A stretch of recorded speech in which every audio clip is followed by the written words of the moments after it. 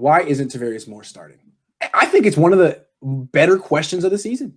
They have a million excuses, but it seems like they owe it to themselves to find some way to get him at least a role on the defense, because every time he's gotten on he's like the Richie James Jr. of the defense. Right. It's not like you could point to one thing where you're like, well, right there, right? Well, that's why. Can. He was the one play in Pittsburgh last year. The one play he struggled versus Cincinnati too.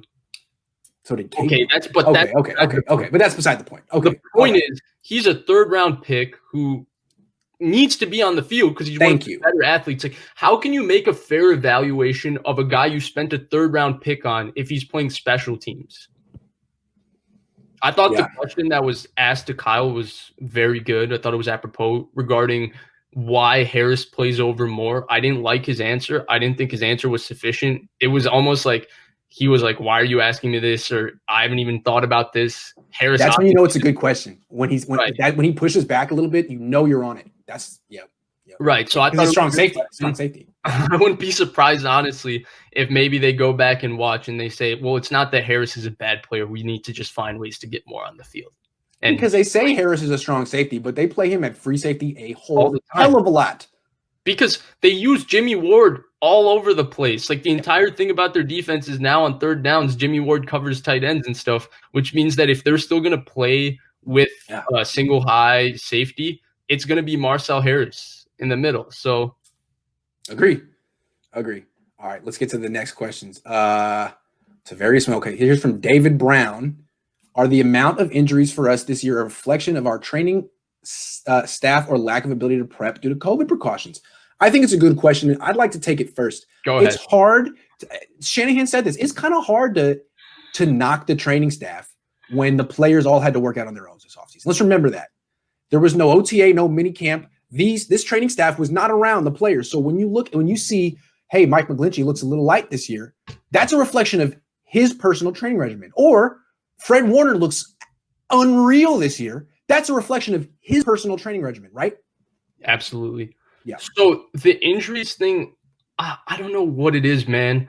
They fired the previous training staff, right, and went with this one because the previous training staff had the entire thing. I don't know if it's bad luck. Maybe the practice field isn't great like in Cincinnati, or maybe the field in Levi's isn't great, but they get injured all over on the road too. There's just some issue for the 49ers where even non-injury prone players seem to pick up injuries when they come here. I know. It's and then the thing I think that the Niners really have to examine is the setback. Setback.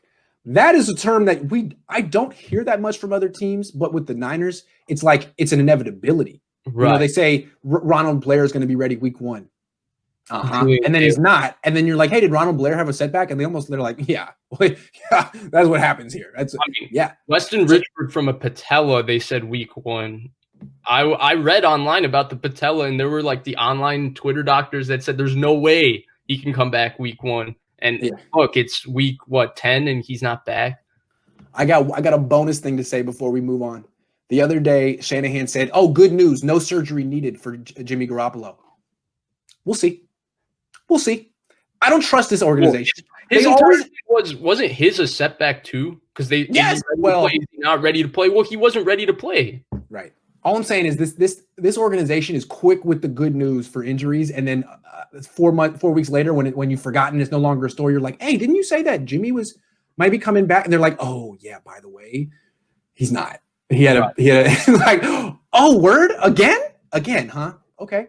Well, Nick Bosa, please go rehab by yourself. Take care of all of that, and then come back here. Whatever gym he has with his dad in Florida is probably way beyond what the Niners are doing in Santa Clara.